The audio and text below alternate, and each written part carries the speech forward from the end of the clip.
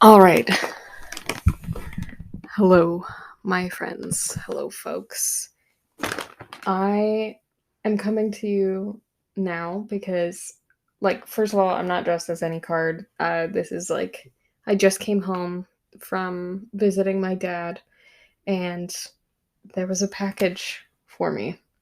So I'm gonna unbox it here, pre this next episode, because I bought it. I got it ordered. I think it was the same week that I started this podcast, releasing episodes. And if you're familiar with the brand Nice Shirt Thanks, that's what this package is from. So I ordered a sweatshirt, if I remember correctly, and sent a prompt in. This is not sponsored, obviously. I'm just very excited. So we're gonna open it up. Get that ASMR content. I hope it's not too loud.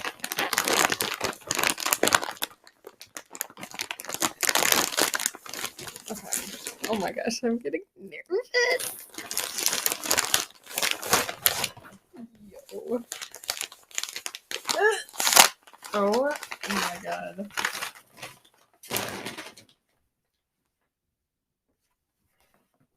I'm dead. That's actually so good. So I sent in a picture of my black cat. I didn't expect them to use it straight up. But they put it in the format of tarot cards, and they have the tattoos, crochet, and the black cat as its own tarot cards. And it's also kind of within the colors of my business. My cat is trying to get out right now. Hold on a sec. Buddy, do you want help? There you go.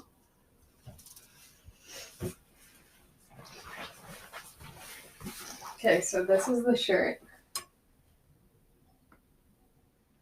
I love it. I'm gonna put it on. Oh my gosh. I, first of all, love a good sweatshirt. Oh my gosh, it's fleecy on the inside. Look at that. The black cat is very contrasting. What a look.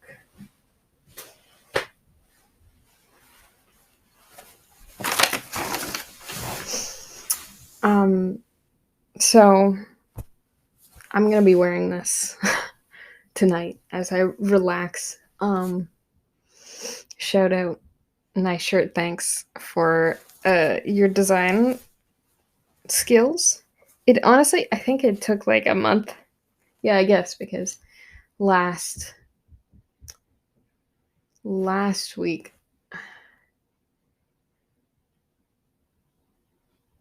I said it was 4 weeks of releasing episodes, and it is currently Sunday previous to this episode coming out, so about a month to get it in. But well worth the wait. I've got my cat on here with his little tongue sticking out.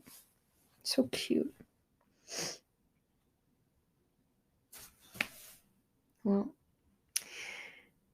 that's it. Okay. So I won't be wearing this in the actual episode, but I'm gonna enjoy it off screen. And I'm sure it'll make a reappearance in future episodes. So stay tuned. Now to the episode.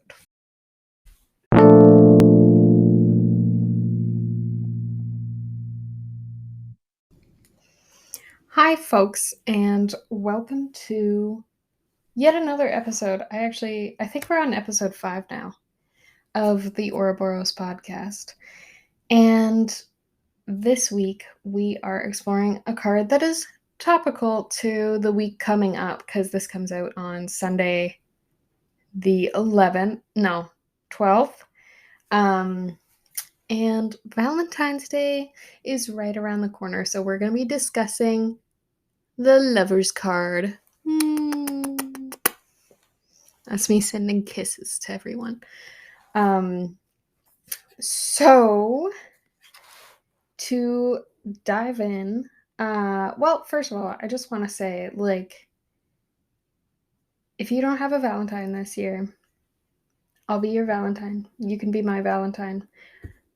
We're gonna share the love, and I'm gonna talk about the card, and you know, hopefully you'll figure out some other ways that you can give and receive love, because I feel like we already kind of know the basics of what this card represents, but I want to get into the more detailed description and sort of like where certain ideas, especially some of the elements on the card that I've created, come into play in our understanding of like love through mythology as well. Yeah, so we're going to dive in with the general description of the card. If you're watching on YouTube, as per usual, as per the usual, I'll put an image of the card on the screen. So this is our beautiful lover's card. This card gets so much attention at markets and stuff. Like, I have so many people talking about it because the imagery does differ from the classic card, the classic like Rider-Waite-Smith card, or just one that we see. We see a lot of like perpetuated symbolism through the lover's card, and a lot of the time it's like a man and a woman, Cupid or an angel that like brings them together, and it's all hunky-dory, voila, love, soulmates. We'll get into it. But yeah, for this card, first thing you may notice is I do have two sort of, I don't know what to call these, because like the visual you'll be able to see, but like they're like busts of people, like from the shoulders up. You know what I mean? I think that's called a bust. But I don't want that to be misconstrued to mean that I've just got somebody's chest on the card. But it's two feminine looking people on the card. Now, can we know for sure if they're both women? No man buns exist, but there are two supposedly women on the card, both with buns in their hair, both brown hair, and they're both wearing like red or like burgundy clothes, which I thought was very good in terms of like the ties to romance, love, lust, sexuality, all that good stuff, which we did touch on with the devil card. But their faces are blurred out with silver and gold paint smudges. So yeah, I found that was like I found those pieces in a magazine with the paint smudges over them, and I just thought the pairing of like silver and gold was so perfect. I even wore silver and gold jewelry to go along with like the outfit to match the card, because I love this concept of things that are like kind of opposites fitting together. So it gives each of the characters, even though they look very similar, and we'll talk about that artistic choice later, but um, it gives them each an aspect of individuality. Like there are differences to them despite the fact that they look very similar. So I want to jump to the background of this visual because there's more texture to the background of this than I think I've talked about in previous cards. And I kind of like that aspect as like a sensory addition to the card itself, the visual of the card. And for that reason, again, if you're watching, you'll be able to see the fit. But I have like sort of frills and scallops on the dress that I've got on to sort of mimic this because there is like a movement of fluidity to this aspect of the card in like the on the one side. And I don't know, I think it's like it gives you something tangible that's like in a way comforting because it kind of settles like a blanket, but it's also like this beautiful movement thing, which I think is very like symbolic of changing relationships and sort of that flow. So I really love that subtle inclusion. Everything about this card, like I feel like this card is so well balanced, and I mean it is intentionally balanced.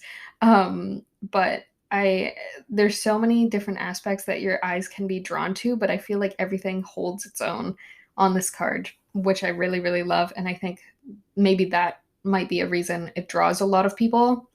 Um Also potentially the more sapphic take of the card itself, because I feel like that's not something that's often explored in classical meanings of the cards and stuff. So, or like represented in classical imagery, mostly because there are religious ties and you know. Anyways, um but yeah, in the very very background, sort of like peeking out the sides, we do have stars, like a starry sky. Um And I wanted to include this really subtly because of sort of that idea of like star-crossed lovers, um, the soulmates, sort of um, this idea of like trying to put it into words is so difficult sometimes. Even though I've like written stuff out, sometimes things just come to me as I'm talking. But like this sort of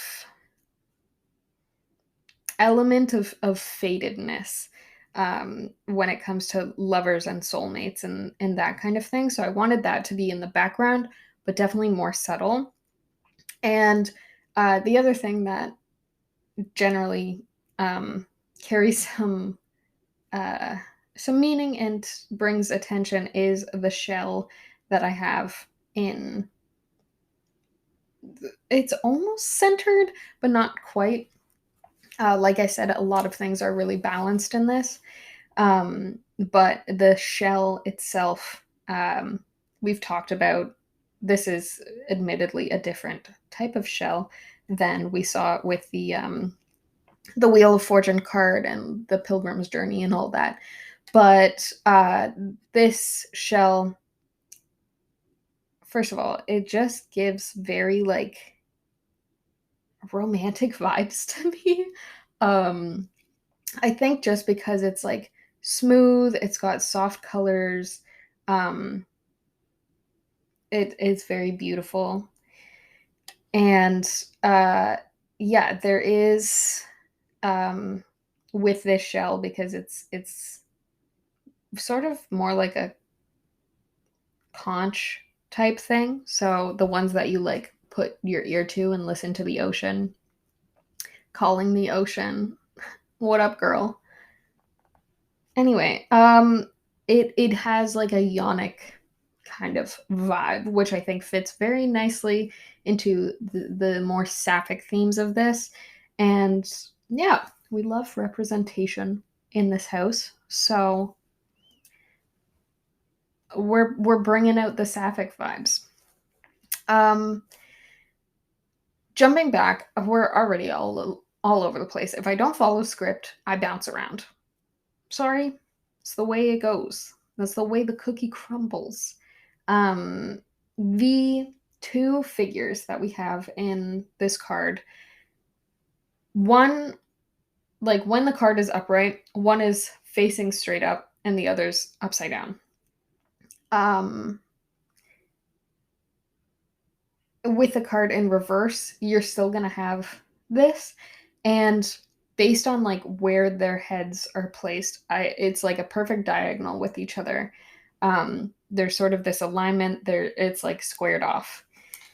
And I really like this image to represent a very subtle yin yang concept where it's again like that moving cycle, because we do have the movement that we see in the far corner.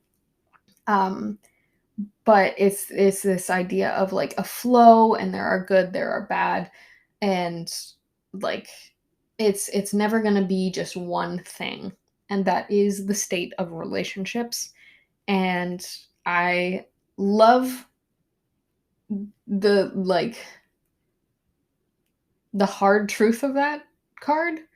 um and I think a lot of people see it and they're like, oh, love and harmony and all that good stuff. But the Lovers is a lot more of a complex card that brings up the aspects of what love is and what love looks like, and the choices that you have to make and sacrifices, um, and sort of like where you're putting your time and energy, and what that looks like in other people. Sort of how your energy creates space or takes up space within your relationships. Um, that's a big aspect of this card. So yeah, going through, we've got these warm colors that bring warmth and stuff. That idea of star-crossed lovers, uh, even though it's kind of like a cheesy trope. Um, but yeah, there's like sapphic vibes, and then oh my gosh, I don't even know if we fully talked about the shell, but the shell also represents Venus.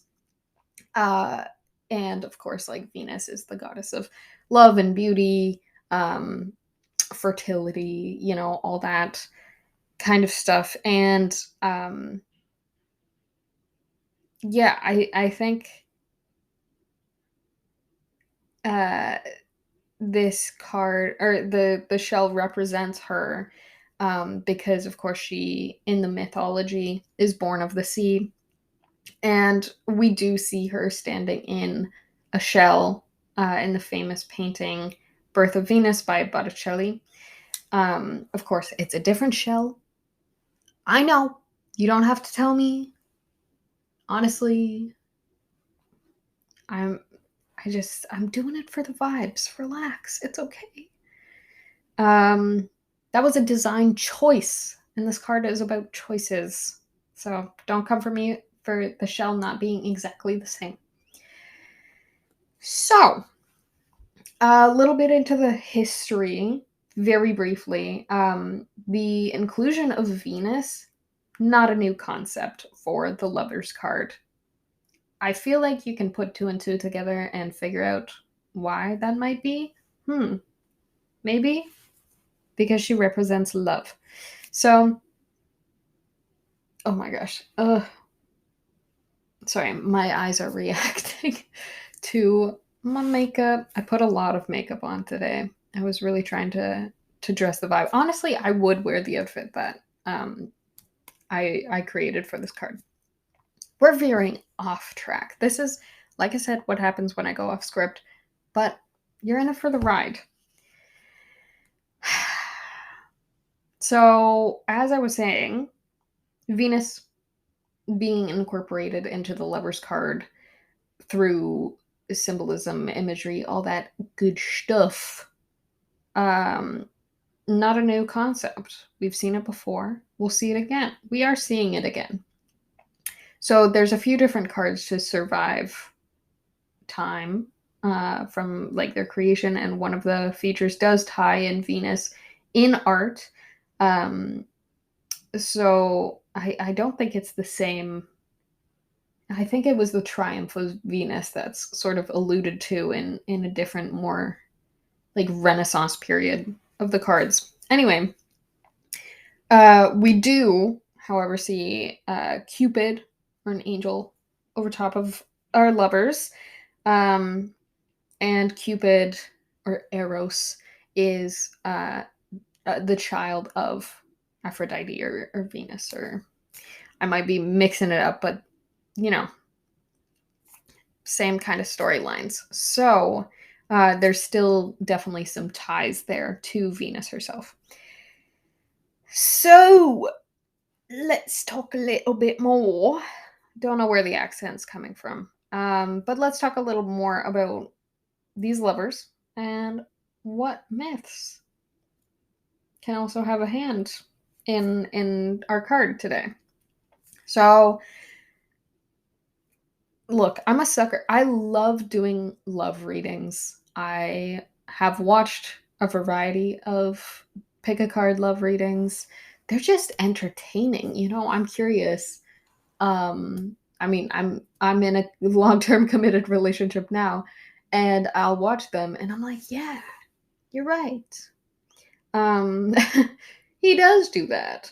He is like that. So but yeah, I think I'm not the only one who loves a good destined soul star-crossed lovers story. The lovers find each other, their souls have been searching, kindred spirits, you know the drill. We love it. We eat it up every single time. Um, and this idea of soulmates has plenty of myths and legends to it. So the one that comes to mind for me, first and foremost, is the myth that we were originally built with, like, we as people were originally built with like four arms, four legs, two heads, etc. Um, but like a bunch of Geminis. Get it? Because of the twins. I don't think they're like conjoined though. Anyways, oh my god. But yeah, so a god comes in and he's like, you know what? Take that, Zapparoo, splits these bodies, and then they're people as we see them today. Two legs, two arms, sort of, you know, the generic washroom symbol of a human being. Um, and for the rest of time, these newly formed people have to spend their whole life looking for their mate, their soulmate, much like socks in the laundry. But yeah, so we're plagued with doing the work of finding our counterpart and reconnecting, however that may look. Uh, so few things to unpack here. First, yes, this is a myth. It's not based in reality whatsoever. Um, and honestly, I think it kind of does a disservice to the concept of love and finding love, because it keeps it at a very surface level in believing that someone is your other half, which like personally, that mentality just kind of seems like an unhealthy one. So um I tend to just, I don't know. I like to read it in stories, but when it plays out in real life, it's like you are a whole person. Maybe you're a whole person before you meet someone else and you are a whole person when you are in a relationship. Um, like I said, the idea of like, oh, you complete me and stuff. I'm like, complete what exactly? What is being completed? You done? You done? Like you've completed the search, maybe.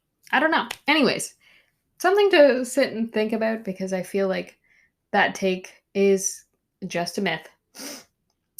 Um, but you can unpack it a little more. So let's change trajectory a little and talk about this idea of counterparts because this will be a recurring idea as we continue to explore the tarot. And as you may have guessed, especially if you watched our previous episode, there's a lot of repeating ideas or experiences that come through the tarot. So last week's episode, we talked about the series of cards that include zeros. So that's one way that we're kind of seeing the story develop on a specific human experience. But there's another way. Woo! Um, we can see this new structure through what is called divine counterparts. And um, yeah, obviously we can see the lovers as a card that just wholly represents um, relationships and the nitty gritty details of said relationships. Um, but there are several other cards that we can pull that sort of bring out specific aspects of partnerships that we can also really look into. So, as an example, the Empress and the Emperor. Two energies that carry the same kind of role, but do it in a very different way. So there's that element of like sameness, but a choice to be different, and how those aspects mesh and work together. Um, we see this with the High Priestess and the Hierophant. Even in chord cards, we've got the King and Queen of each suit. So we will be discussing the meanings of each of these through various episodes. We'll get to it. We'll get to it. But there's always this consistent idea of balance between these two aspects, and Lover's card brings that energy forward in one place as opposed to the pairing of these counterparts. So, obviously, the Lover's card can represent love, soulmates, all that good stuff, all the stuff from romance tropes, but this doesn't necessarily have to be in a romantic context. So there can be platonic love that comes in and is represented, um, or familial love. Basically, depending on the situation and the cards that come out with this one in a reading, you can really begin to divine what relationship the spread may be talking about. Ultimately, though, the Lover's card really brings home this idea of finding some kind of alignment or belonging with others. And it may be new people around you, or it may be people that you've known for a while that you just haven't connected with on the level you need to yet. And in a completely different turn of events, this card might not represent a person at all. It might be like, if it shows up, it might encourage you to examine your life and the things in it, like your hobbies, your career, general interests, that you may be stepping into that like ignite a certain passion or love within yourself. So this card can also bring up the idea of choice, sort of going hand in hand with that. And it may be the choice to pursue someone or something, as we mentioned, but it may also emphasize a choice between you and others. And this is where the idea of love becomes more complicated. I think there's like different 5 or 7 different types of love. Um, but it's very complicated because there's a whole mesh of different feelings and experiences and demonstrations of love depending on who that love is shared with in different contexts. um so this card may put your situation into scales where you have yourself weighing outcomes, and it may be super difficult, especially if things are, like, as an example, going well with someone, um in a romantic experience, a romantic setting, but you find yourself not able to fully commit because there's something misaligned um within your own psyche. That's a Eros and Psyche. What? It's joke. Eros? No. Who was it? Oh my gosh, I'm gonna have to look this up. Give me a second. um,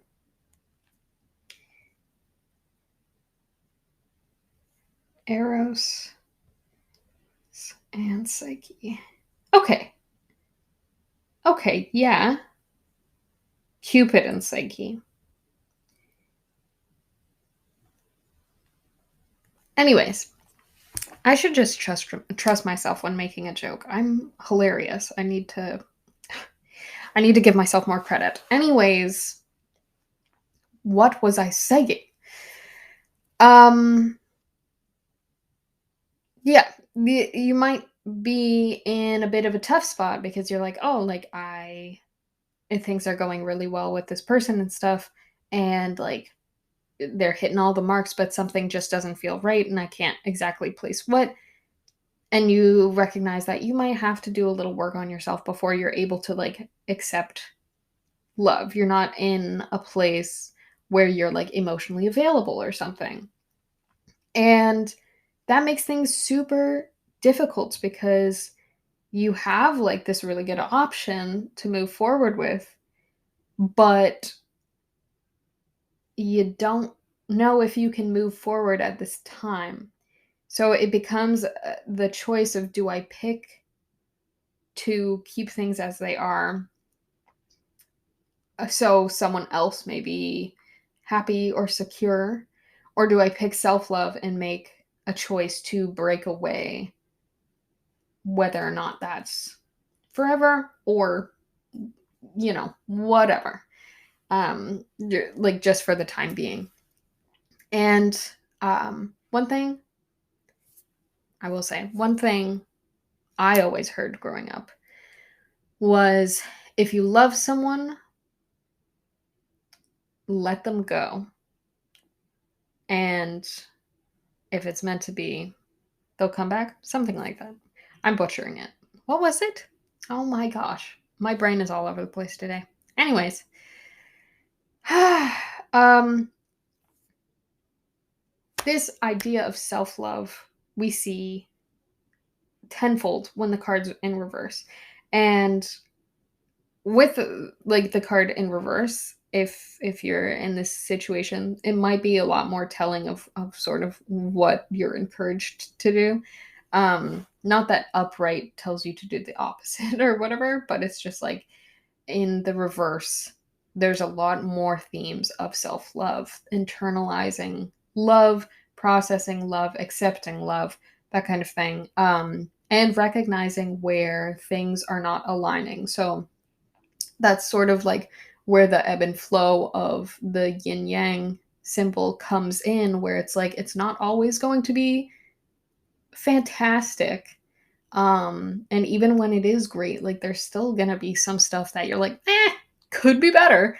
um but it's really like your decision of like how much of a certain thing, uh positive or negative, makes something worthwhile or too much. You have to be the one to decide that, and it basically comes down to your analysis of self and your needs, and um your own alignment with the other person's or the other thing. Like I said, it doesn't necessarily have to be a person, but if it's like a job or a hobby that just isn't resonating with you anymore, examining like, okay, like I loved this thing for blank period of time. It no longer brings me that same amount of joy. Is it time to Mary Kondo this bee? You know? Um, but it one thing that I think I said in episode 1, I really should have if I didn't, but um tarot cards are not therapy, and they're certainly as hell not going to solve the problems for you. They are going to highlight specific areas of your life that need attention and need reflection. They are extraordinary tools for self-reflection, not a replacement for therapy. But we're going to continue. Um yeah, this card brings up, um for better or for worse, the question of, am I being fulfilled? Am I feeling fulfilled in what I'm doing, who I'm spending my time with, and who I am? Um, it can be a sign of people in your life. It may represent the relationship that you have with yourself. And I can't stress this enough. The thing about the Lover's card is that there will always be work. There will always be upkeep, but it depends on how much energy you are committing to the things to make them align. If it leaves you exhausted, maybe things are committed to being misaligned at this point, like from another person's perspective or just your life journey, your life path. But the choice comes down to whether or not you step away or keep trying. And as I said before, other cards in the spread may help you to make that choice. Um, So I did want to quickly touch on the similarities between the two people present in this card because we're going back there. They do look alike, and I wanted to keep that because I wanted to remind people that through the imagery of this card, um, it brings self love to the forefront too. So to be able to love different versions of yourself and allow yourself to see where your values have changed over time is important for growth. The love towards yourself should be unconditional and should be nurtured. Even when the card is in reverse, there's always a version of you that is upright. Um, and reverse is the attention to self, whereas upright may be an attention to things external to yourself. So, those are sort of the two working dynamics of the Lover's tarot card, and that's where we're going to end off today. So, if you're listening to this as soon as it comes out or anytime around Valentine's Day, heck, anytime at all, um, do a little something nice for yourself. Examine things, see what is really making you feel loved by people around you. That's honestly such a hard thing, is examining like your needs and what makes you feel fulfilled. It's a journey and it is going to change. And if something made you feel loved before, and it just doesn't anymore, examine why and move on to something else. Find something else. Like, it is a perpetual journey, and it doesn't have to be something that weighs you down. Like, yeah, you are ultimately your best partner. Start acting like it. And I mean that in the nicest way possible, because the way that you treat yourself sets precedent for the way that other people will treat you. So, um, the Lover's card ending up reverse doesn't necessarily mean that you are not um, getting closer to your soulmate or whatever. Um, Maybe it just means you have yet to really stabilize a relationship with the soulmate that is within yourself already. So, that is where I'll close off this week. Thank you so much for listening, and I hope to see you next time for the next card. All right, take care, folks. Bye.